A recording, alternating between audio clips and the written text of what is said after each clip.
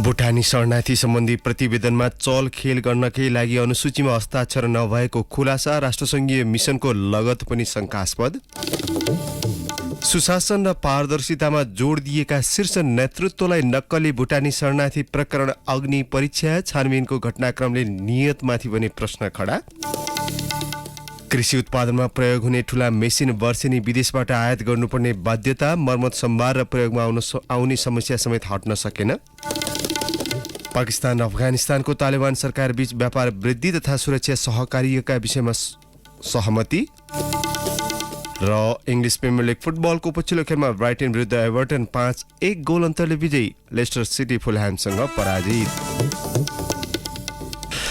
नमस्कार, कान्तिपुर डायरीका साथमा पूजनी र म अनिल। समाचार अब विस्तारमा। भुटानी शरणार्थी समस्याको स्थायी र दीर्घकालीन समाधानका उपाय पहिल्याई विकल्प तथा सुझावसहित प्रतिवेदन पेश गर्न गठित सरकारी कार्यदलले बुझाएको प्रतिवेदनको अनुसूचीमा हस्ताक्षर नै नरहेको पाइएको छ। अनुसन्धानका क्रममा कार्यदल संयोजक र गृह मन्त्रालयले प्रहरीलाई बुझाएको प्रतिवेदनमा अनुसूची पनि फरक भेटिएको छ। भुटानी शरणार्थी बनाएर अमेरिका लग्ने भन्दै नेपाली नागरिकलाई ठगी गरेको विषयमा अनुसन्धान गरिरहेको प्रहरीले गृहबाट प्रतिवेदन आएको थियो। सोधपुछका क्रममा कार्यदल संयोजक बालकृष्ण पन्थीले पनि प्रहरीलाई प्रतिवेदन उपलब्ध गराउनु भएको थियो। दुवै प्रतिवेदनको अनुसूचीमा कार्यदलका कसैको पनि हस्ताक्षर नरहेको अनुसन्धानमा संलग्न प्रहरी अधिकृतले जनाएका छन्। प्रतिवेदनमा शरणार्थी नामावली सम्बन्धी अनुसूची पनि मिल्दैन।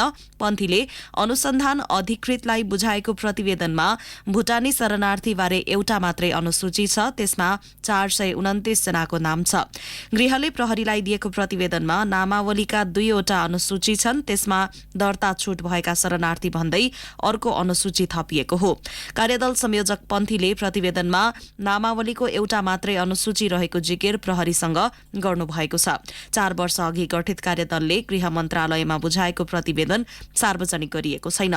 अनुसूचीमा कसैको पनि हस्ताक्षर नहुनु तथा कार्यदल संयोजक र गृहमा रहेका प्रतिवेदनमा फरक फरक अनुसूची हुनुलाई प्रहरीले नक्कली भुटानी शरणार्थी सम्बन्धी चलखेलको मूल कडी ठानेको छ। त्यसैले गिरोहकै मिलेमतोमा अनुसूचीमा हस्ताक्षर नगरिएको आशंकामा अनुसन्धान भइरहेको प्रहरीले जनाएको छ। काठमाडौँ प्रहरी परिसरले संयोजक पन्थीसँग कार्यदल गठनदेखि प्रतिवेदन पेश हुँदासम्मको अवस्थाबारे आइतबार र सोमबार केरकार गरेको थियो। नेपालमा भुटानी शरणार्थीको प्रवेशपछि तिनको व्यवस्थापन र जीवनयापनको उपायमा समन्वय गर्दै आएको राष्ट्रसङ्घीय शरणार्थी उच्च आयोग UNHCRले राखेको अभिलेखमा नै कुल मान्यता प्राप्त र दर्ता भएका शरणार्थी संख्या नमिलेको पाइएको छ। शरणार्थी समस्याको दीर्घकालीन समाधान पहिल्याउन 4 वर्षअघि गठित कार्यदलले तयार गरेको प्रतिवेदन अनुसार कुल मान्यता प्राप्त र दर्ता शरणार्थीको संख्या 3527ले फरक देखिएको छ। UNHCR को अभिलेख अनुसार कुल मान्यता प्राप्त भुटानी शरणार्थी संख्या 1,19,884 देखिन्छ भने कुल दर्ता शरणार्थी संख्या 1,16,357 मात्रै छ। शरणार्थी संख्यामा 3,500 फरक परेको विषयमा जिज्ञासा राख्दा UNHCRले पुरानो अभिलेख उपलब्ध गराउनै नचाहेको कार्यदलको प्रतिवेदनमा उल्लेख गरिएको छ। नेपाल छिरेका भुटानी शरणार्थीको पहिलो गणना सन् 2006-07 भएको थियो भने अन्तिम 2019 मार्चमा भएको थियो। UNHCR को तथ्याङ्क अनुसार सन् 2006-07 को गणनामा 1,13,428 शरणार्थी झापा र मोरङका शिविरमा रहेका थिए। सन् 2008 मा 1,049, 2012 मा 1,800 र 2015 देखि 18 को बीचमा 30 जना शरणार्थी थप भएका थिए। यी मध्ये 1,13,307 जना अमेरिका, बेलायत सहित विभिन्न मुलुकमा पुनर्वासमा गएका छन्। सन् 2017 जनवरीबाट शरणार्थीको तेस्रो देश पुनर्वास कार्यक्रम बन्द भएको छ। बाँकी रहेका भुटानी शरणार्थीलाई अमेरिका लगिने भनेर शिविरदेखि काठमाडौँ शक्ति केन्द्रसम्म चलखेल भएको घटना सार्वजनिक भइसकेको छ। नेपाल सरकार र UNHCRले दर्ता छुटमा परेको भन्दै निकालेको 429 जनाको सूचीका विषयमा विचार पुर्याउनु पर्ने राय आउन थालेको छ। गृह मन्त्रालयले शरणार्थी समस्या समाधानका उपाय पहिल्याउन बनाएको कार्यदलको प्रतिवेदन अनुसार थप 581 परिवारबाट छुट दर्ताको निवेदन आएको छ। चुनावी घोषणापत्र र सार्वजनिक अभिव्यक्तिमा सुशासनमा जोड दिएका कांग्रेस एमाले र माओवादीका शीर्ष नेताको नक्कली भुटानी शरणार्थी प्रकरणमा अग्नि परीक्षा शुरू भएको छ। पार्टी निकट व्यक्तिमाथि गम्भीर छानबिन गर्छन् वा आरोप प्रत्यारोप हुँदै यसमा जोडिएको राजनीति नेताहरूलाई बचाउने प्रयास गर्छन्, शीर्ष नेताका सामुन्ने यक्ष प्रश्न छ। कतिपय घोटालामा शीर्ष नेताको नाम समेत जोडिँदै आएको छ। सार्वजनिक रूपमा शीर्ष नेताले नक्कली भुटानी शरणार्थी प्रकरणमा दोषी उम्कन नहुने र निर्दोष फस्न नहुने अभिव्यक्ति दिए पनि प्रकरणको छानबिनकै क्रममा देखिएका घटनाक्रमले शीर्ष नेतृत्वको नियतमाथि प्रश्न उठाउने ठाउँ दिएको छ। आरोपी पूर्व मन्त्री एवं एमाले सचिव तोप बहादुर रायमाझी फरार छन् भने पक्राउ परेकाहरूले पूर्व गृहमन्त्री बालकृष्ण खाँडदेखि कांग्रेस सांसद आरजु राणा देउबा र मन्जु खाँडको नाम समेत जोडेपछि शीर्ष नेतृत्व दबावमा छ। प्रधानमन्त्री पुष्पकमल दाहालका पछिल्ला अभिव्यक्तिमा भुटानी शरणार्थी प्रकरणमा राजनीति नेतृत्वले चलखेल गरिरहेको प्रश्न संकेत छ। प्रधानमन्त्री दाहालले सुशासन कायम गर्ने आफ्नो अभियानमा जस्तासुकै दबाव, धम्की र घेराबन्दीको भए पनि सामना गर्ने अभिव्यक्ति दिएर पर्दा पछाडिका चलखेलको संकेत गरिसक्नु भएको छ। राजनीतिक विश्लेषक झलक सुवेदीले प्रमुख नेताका लागि यो प्रकरणमा अग्नि परीक्षा शुरू भएको बताउनुभयो। विगतमा उनीहरू भ्रष्टाचारका मामिलामा बदनाम हुँदै आएकाले जनताको मन जित्ने अवसर भएको उहाँको भनाइ छ। उहाँले भन्नुभयो, नेताहरू भ्रष्टाचार गर्छन्, अकुत सम्पत्ति कमाउँछन्, सेवा दिन बाधा सिर्जना गर्छन्, यिनीहरूलाई विश्वास गर्न सकिँदैन भनेर सामान्य मान्छेको बुझाइ छ। हामीले ठिकै काम गरिरहेका छौं, खराब काम सहँदैनौं भनेर प्रमाण भेटाएसम्म कारबाही गरेर देखाउने अवसर छ। उहाँले फेरि पनि सौदाबाजी गरेर यो प्रकरण सामसुम पार्ने जोखिम रहेको बताउनुभयो। दाहालले सामाजिक न्याय, सुशासन र समृद्धि सरकारको प्रमुख प्राथमिकता रहेको भन्दै विगतमा भएका भ्रष्टाचारका घटनाको छानबिन गर्न उच्च स्तरीय आयोग गठन गर्ने सरकारको तयारी रहेको दावी गर्नुभएको छ। प्रतिनिधि सभाका सांसदहरूले नक्कली भुटानी शरणार्थी प्रकरणमा छानबिनका लागि उच्चस्तरीय समिति बनाउन माग गरेका छन्। बजेट अधिवेशनको दोस्रो दिनको बैठकमा बोल्दै कांग्रेसका सांसद अर्जुन नरसिंह केसीले नक्कली शरणार्थी प्रकरणले राष्ट्रलाई नै लज्जित बनाएको भन्दै संलग्न सबै व्यक्तिलाई कानूनी कारबाहीको दायरामा ल्याउन उच्चस्तरीय छानबिन समिति गठन गर्न माग गर्नुभयो। उहाँले घटनामा जुनसुकै पदमा भएका व्यक्ति तानिए पनि निष्पक्ष छानबिन गरी कारबाही गर्नुपर्ने उल्लेख गर्नुभयो। राज्य संयन्त्र नै मुछिएको भुटानी शरणार्थी काण्ड, यो जुन ढङ्गले यो काण्डले राष्ट्रलाई लज्जित बनाउने काम गरेको छ, जो जहाँ जुनसुकै पदमा भए पनि यो काण्डलाई छानबिन गर्ने पक्षको पनि नाम छैन सार्वजनिक रूपले कहीँ कहीँ आएकोले भूतपूर्व प्रधान न्यायाधीशको संयोजकत्वमा निष्पक्ष, पारदर्शी र स्वतन्त्र सर्वाधिकार सम्पन्न आयोग गठन गरेर यसलाई चाहिँ निश्चित टुङ्गोमा। सांसद चित्रबहादुर केसीले राज्य सत्ताका महत्वपूर्ण ठाउँमा बसेका व्यक्ति नै नक्कली भुटानी शरणार्थी प्रकरणमा मुछिएको भन्दै संसदले गम्भीर ध्यान पुर्याउनु पर्ने बताउनुभयो। यसअघि पनि पटक पटक यस्ता घटनाहरू बाहिरिए पनि विषयान्तर हुने गरेको भन्दै सो घटनालाई टुङ्गोमा पुर्याउनु पर्ने उहाँले माग गर्नुभयो। यसभन्दा पहिले पनि नेपालका शासकहरू राज्य सत्तामा बस्नेहरूले गर्नु नगर्नु गर्ने र यस्तै गरेर चाहिँ नि सदन तातिन्थ्यो। त्यसपछि नयाँ काण्डहरू आउँछन् अनि फेरि सदनको ध्यान नयाँतिर जान्छ। त्यसकारणले यो जुन काण्ड भएको छ यो काण्डलाई दुधको दुध, पानीको पानी छुट्याइ हो र यस खालका मान्छेको बिक्री वितरण बेच्ने, बिक्री गर्ने यी चाहिँ व्यापारीहरूलाई कडा कारबाही होस्। राष्ट्रिय स्वतन्त्र पार्टीका सांसद असीम शाहले नक्कली भुटानी शरणार्थी प्रकरणलाई गम्भीर रूपमा छानबिन गर्न सदनको ध्यानाकर्षण गराउनु भयो। विभिन्न पदीय हैसियतमा रहेका व्यक्तिहरूको संलग्नता रहेको भन्ने खबर सार्वजनिक भएकाले सदनले गम्भीरतापूर्वक लिनुपर्ने शाहको भनाइ छ। अहिले प्रधानमन्त्रीज्यूले रिलिज गर्नुभएको भुटानी शरणार्थीको ट्रेलर सदनदेखि सदनसम्म ब्लकबस्टर भएको छ। त्यसैगरी जनताका लागि प्रदर्शनमा ल्याउन लागि यो भुटानी शरणार्थीको फिल्म जनताले बुझ्ने गरेर पारदर्शी ढङ्गले अनुसन्धान हुनुपर्छ, खुट्टा नकमाइयोस्। सरकारको कोही लगानीकर्ताको प्रलोभनमा नपरोस्। शङ्कास्पद नेतृत्व, बिचौलिया, कर्मचारी जो कोहीको भूमिकामा पनि स्पष्ट छानबिन गरियोस्, दायाँ बायाँ नहोस्। यता नक्कली भुटानी शरणार्थी प्रकरणमा पक्राउ परेका 8 जनालाई थप 7 दिन थुनामा राखेर प्रहरीले अनुसन्धान अघि बढाएको छ। अघिल्ला वर्ष जस्तै आगामी वर्षको बजेटमा पनि विद्युतीय सवारी साधनको करको दरमा हेरफेर गराउन चलखेल शुरू भएको छ। बजेट निर्माणको अन्तिम गृह कार्यमा रहेको अर्थ मन्त्रालयमाथि स्वार्थ समूहले करका दरमा हेरफेर गर्न लभिङ थालेका छन्। मुख्य गरी इन्धनबाट सञ्चालन हुने सवारी साधनका आयातकर्ताले दबाव बढाएका हुन्। नाडा अटोमोबाइल्स एसोसिएसनका अध्यक्ष ध्रुव थापाले भन्नुभयो, विद्युतीय सवारीको करका दरमा तलमाथि हुँदैछ भन्ने हल्ला सुन्दैछु। कर घटाउने त पक्कै हुँदैन, बढाउने नै हुन्छ होला। पेट्रोल र डिजेलमा संसारकै सबैभन्दा महँगो कर नेपालमा छ। झण्डै 250 देखि 300% हाराहारीसम्म कर लगाइएको छ। यसमा कर बढ्दैन होला, तर विद्युतीय गाडीमा बढाउन सक्छन्। राजस्व संकलनमा सहयोग पुग्छ भन्दै विद्युतीय सवारीमा भन्सार तथा अन्य शीर्षकका कर बढाउनुपर्छ भन्ने दबाव अर्थ मन्त्रालयमाथि छ। विगतका बजेटमा पनि भन्सार दर तथा अन्य शीर्षकमा विद्युतीय सवारीमाथि कर बढाइएको थियो, तर वातावरणविद तथा सरकारवाला पक्षको दबावपछि मन्त्री परिषदबाट निर्णय गरी बढाइएको करको दर फिर्ता लिएको थियो। यसपटक पनि विद्युतीय सवारीमाथिको नीतिगत अस्थिरता निरन्तरताको जोखिम छ। कान्तिपुर डायरीमा अब ब्रेकको पालो। कान्तिपुर डायरीमा अब कान्तिपुर सविस्तार। कान्तिपुर सविस्तार।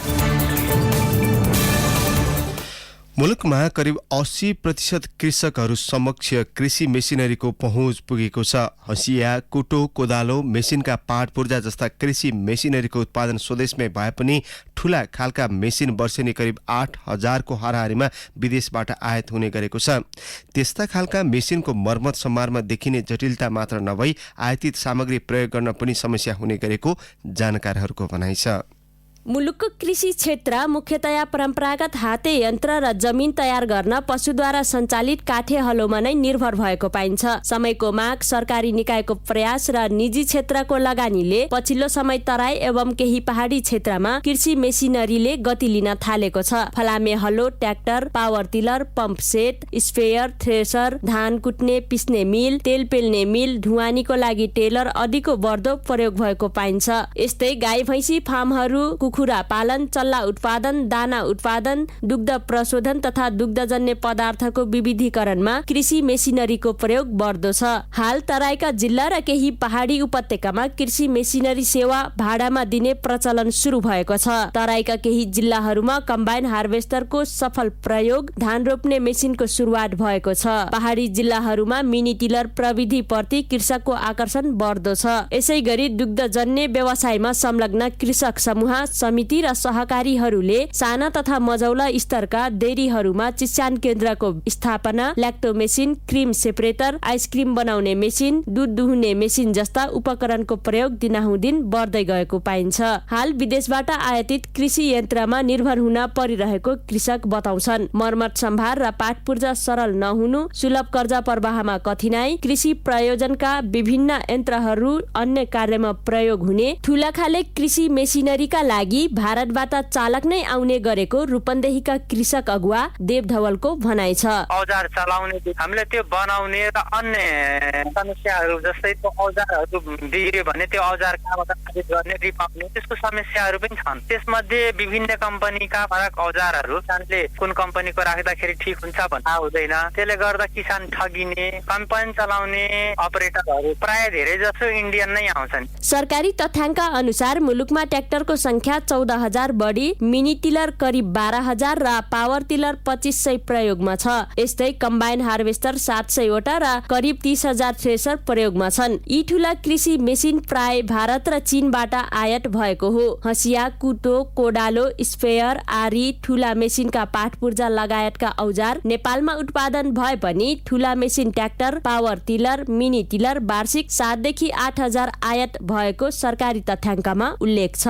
सम्बद्ध निकायले कृषकलाई कृषि मेसिनरी सामग्रीमा केन्द्रले 50, प्रदेशले 75 र स्थानीय तहले 90% सम्म अनुदान दिँदै आएको छ। यद्यपि कृषि मेसिनरी सम्बन्धी स्पष्ट नीतिको अभावले मुलुकले कृषि यान्त्रिकरणमा गति लिन नसकेको कृषि पूर्वाधार विकास तथा कृषि यान्त्रिकरण प्रवर्धन केन्द्रका वरिष्ठ कृषि अर्थविज्ञ एवं सूचना अधिकारी डाक्टर मणिरत्न अर्याल बताउँछन्। कमोडिटी वाइज जरुरी भएको यन्त्र उपकरण कुन हो कुन स्ट्यान्डर्डको हो कुन क्वालिटीको हो भन्ने कुरा एसेसमेन्ट गर्न चाहिँ सकिएको छैन। त्यसमा चाहिँ एउटा नीतिगत व्यवस्था गर्न सकिरहेको थिएन। त्यसपछि अर्को संरचनागत एउटा मेसिनको मात्रै चाहिँ क्वारेन्टाइन गर्ने टेस्ट गर्ने क्वालिटीहरू स्ट्यान्डर्डहरू मेजरमेन्ट गर्ने एउटा कुनै इन्स्टिट्युसन चाहिन्छ। त्यसको ग्याप भएको कारणले गर्दा पनि आयात भएको उपकरण पनि हाम्रो एग्रिकल्चरलाई फिट सके छैन होइन, हाम्रो किसानको लागि पुग्न सके छैन भन्ने कुरा एसेसमेन्ट गर्न गाह्रो भएको छ। एउटा च्यालेन्ज त्यहाँनिर छ। अर्को च्यालेन्ज के छ भन्दा आयात भइसकेका चिज किसानकोमा पुगिसकेपछि त्यसको प्रयोगको अवस्था र सामान्य चाहिँ टुटफुट भयो भने त्यसको मर्मत गर्ने कुरा चाहिँ च्यालेन्ज रहेछ। पछिल्लो समय मुलुकमा कृषिमा मेसिनरी र प्रविधि बढ्दै गएको छ। प्रयोगमा आएका कृषि मेसिनहरू 20% स्वदेशी र 80% आयातित रहेको जानकारहरूको भनाइ छ। कृषि मेसिनरी र आधुनिक प्रविधिहरू करिब 80% कृषकको पहुँचमा पुगेको छ। तर कृषि मेसिनरी र प्रविधिमा मुलुकले सोचे अनुरूपको प्रगति गर्न नसकेको नेपाल कृषि मेसिनरी व्यवसायी संघका अध्यक्ष खोजराज कटुवालको भनाइ छ। किसानको संख्या अहिले तपाईको लगभग झन्डै 80% किसानको हातमा औजार प्रविधिहरू पुगिसकेको छ, आधुनिक प्रविधिहरू। तर जुन स्केलमा जानुपर्ने हो त्यो स्केलमा पुगेको छैन, थोरै पुगेको छ। अहिले सबै आयात भएर चलाइरहेको छ। मुलुकको 30,91,000 हेक्टर खेती योग्य क्षेत्रफलका लागि पर्साको वीरगञ्ज स्थित कृषि औजार कारखाना 2024 सालमा स्थापना भएको थियो। तर सो औजार कारखाना विक्रम सम्वत 2059 सालमा बन्द भएदेखि वर्षेनी अर्बौं रुपैयाँको कृषि औजार आयात भएको सम्बद्ध निकायको भनाइ छ। तर पछिल्लो समय सो कारखाना सञ्चालनको प्रयास भएको छ। सरकारले सो कामका साथै मुलुकलाई कृषि मेसिनरी मैत्री बनाउनका लागि राष्ट्रिय कृषि नीति 2061, कृषि व्यवसाय प्रवर्धन नीति 2063, कृषि विकास रणनीति 2015 देखि 2035, कृषि यान्त्रिकरण प्रवर्धन नीति 2071 संशोधन, कृषि पूर्वाधार विकास तथा कृषि यान्त्रिकरण प्रवर्धन कार्यक्रम सञ्चालन कार्यविधि 2075 र वार्षिक बजेट तथा 15औं पञ्चवर्षीय आयोजनाबाट प्राथमिकता दिएको डाक्टर अर्यालको भनाइ छ। यसका साथै किसानलाई मेसिनको पहुँच पुर्याउनका लागि मेसिन आयात मात्रै नगरी मर्मत, सम्भार, प्रयोग, मेसिनको सुरक्षामा ध्यान दिनुपर्ने अर्याल सुझाउँछन्। मोनिटरिङ गर्ने चाहिँ एउटा इन्स्टिट्युसनमा तयार हुन जरुरी रहेछ मेसिनरीको पार्टमा। र अर्को चाहिँ के छ भन्दा मेसिनरी पनि जसरी हामी कृषिमा हाम्रो लाइफ इन्सुरेन्सहरू गरिरहेको छौँ त्यसरी कृषि मेसिनरीको पनि इन्सुरेन्स गर्ने मेकानिजम जरुरी रहेछ। र अर्को महत्त्वपूर्ण पार्ट भनेको कन्ज्युमरको पार्ट अथवा फार्मरको पार्टबाट चाहिँ एउटा बालीको लागि नर्सरीदेखि थ्रेसिङसम्म के मेसिनहरू चाहिन्छ भन्ने एउटा लिस्ट बनाएर सरकारले एप्रुभ गरेको लिस्टमा आधारित रहेर उहाँले खरिद गर्ने मेकानिजम भयो भने चाहिँ उपयुक्त हुन्छ। कृषि क्षेत्र आधुनिक प्रविधि मैत्री हुन नसक्दा मुलुकको दक्ष जनशक्ति पलायन भइरहेका छन्। कृषि क्षेत्रलाई प्रविधि मैत्री बनाउन कृषि मेसिनरीमा जोड दिनुपर्ने जानकारहरूले सुझाएका छन्। कृषि प्रधान मुलुकको नारा सार्थक बनाउन तीनै तहका सरकारले कृषि क्षेत्रलाई प्राथमिकतामा राख्नुपर्ने देखिएको छ। रेडियो कान्तिपुरका लागि सरिता थारू। कान्तिपुर सविस्तार।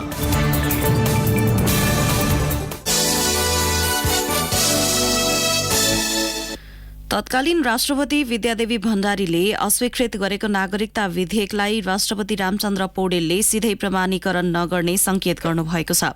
आइतबार महान्यायाधिवक्ता र उहाँको टिमसँग परामर्श गरेका राष्ट्रपति पौडेलले हिजो नेपाल बार एसोसिएसनका पदाधिकारी संघको परामर्शमा संविधान बाहिर गएर कुनै कदम नचाल्ने बताउनु भएको हो। राष्ट्रपतिका कानूनी सल्लाहकार बाबुराम कुँवरका अनुसार विभाजित ढंगबाट मत आएकाले राष्ट्रपतिले अप्ठ्यारो महसुस गर्नुभएको हो। नयाँ निर्वाचनले गठन गरेको नयाँ सांसदबाट विधेयक पारित गराएर मात्र प्रक्रिया अघि बढाउनु पर्नेमा सरकारले पुरानै विधेयकलाई नयाँ राष्ट्रपतिबाट प्रमाणीकरण गराउन खोजेपछि राष्ट्रपतिको अधिकार र यसको सीमा तथा विधेयकको संवैधानिक अस्तित्वका बारेमा समेत प्रश्न उठेको छ।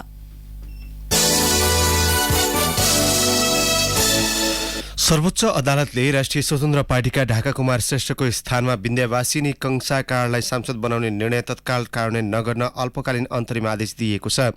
आफूलाई सांसद पदबाट हटाउने निर्णयमा अन्तरिम आदेश मार्फत रोक लगाउन माग गर्दै श्रेष्ठले दिएको निवेदनमाथि सुनवाई गर्दै न्यायाधीश तिल प्रसाद श्रेष्ठको एकल इजलासले अल्पकालीन आदेश दिएको हो।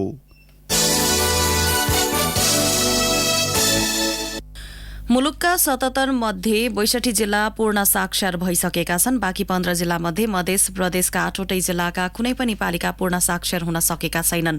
मुलुकका कुल 753 स्थानीय तह मध्ये 175 पूर्ण साक्षर हुन सकेका छैनन्। तीमध्ये 166 स्थानीय तह मधेसकै छन्। एक रिपोर्ट। मुलुकमा शिक्षाको ज्योति बाल्ने मध्य प्रदेशको शिक्षा स्तर निरन्तर खस्केको भन्दै सरोकारवालाहरूले चिन्ता व्यक्त गरेका छन्। शिक्षा तथा मानव स्रोत विकास केन्द्र र मध्य प्रदेश शिक्षा विकास निर्देशनालयको सहयोगमा आयोजित कार्यक्रममा सहभागी सरोकारवालाहरूले यस्तो चिन्ता व्यक्त गरेका छन्। मध्य प्रदेश सामाजिक विकास मन्त्रालयका सचिव लक्ष्मी प्रसाद भट्टराईले आफूलाई साक्षर बनाउने शिक्षाको मधेसकै रहेको उल्लेख गर्नुभयो। तिनले देशलाई साक्षर बनाउने मधेसको तुलना अचेल सूचकाङ्कको तुलना कर्णालीसँग गर्नुपर्दा उल्लेख लाग्ने गरेको उहाँको भनाइ थियो। बाराको सिमरौनगढ नगरपालिकाका प्रमुख किशोरी शाह कलवारले मध्य प्रदेशको साक्षरता दर कम हुनु लज्जाको विषय भएको प्रतिक्रिया दिनुभयो। आगामी बजेटमा मध्य प्रदेशको सामाजिक विकास मन्त्रालयको साक्षरता अभियानलाई प्राथमिकता दिनुपर्नेमा उहाँले जोड दिनुभयो। तिनले मुलुकलाई शिक्षाको ज्योति प्रदान गर्ने मधेस स्वयं अन्ध्यारोमा रहनु लज्जाको विषय रहेको उहाँको भनाइ थियो। मुलुकका 77 जिल्ला मध्ये 62 जिल्ला पूर्ण साक्षर जिल्ला घोषणा भइसकेको छ। बाँकी 15 जिल्ला मध्ये मध्य प्रदेशका 8वटै जिल्लाका कुनै पनि पालिका पूर्ण साक्षर हुन सकेका छैनन्। भौगोलिक विकटताका बावजुद पनि कर्णाली प्रदेशका 10 जिल्ला मध्ये मुगु, जुम्ला, हुम्ला, कालीकोट र डोल्पा बाहेकका 5 जिल्ला पूर्ण साक्षर जिल्ला घोषणा भइसकेका छन्। मुलुकका कुल 753 स्थानीय तह मध्ये 175 पूर्ण साक्षर हुन सकेका छैनन्। ती मध्ये 136 स्थानीय तह मधेसकै छन्। नेपालको संविधान 2072ले माध्यमिक तहसम्मको शिक्षा स्थानीय तहको अधिकार क्षेत्रमा राखेको छ। तर शिक्षा जस्तो विषयमा स्थानीय तहका जनप्रतिनिधिहरूले खासै चासो राखेका छैनन्। साक्षरता अभियान मात्र होइनन्, गुणस्तरीय शिक्षाको जिम्मेवारी स्थानीय तहले लिनुपर्ने देखिन्छ। शिक्षा तथा मानव स्रोत विकास केन्द्रका उपमहानिर्देशक श्री प्रसाद भट्टराईले साक्षरतालाई मानवाधिकारसँग जोडेर हेर्नुपर्ने बताउनुभयो। रेडियो कान्तिपुरका लागि श्याम सुन्दर शशी, जनकपुर धाम।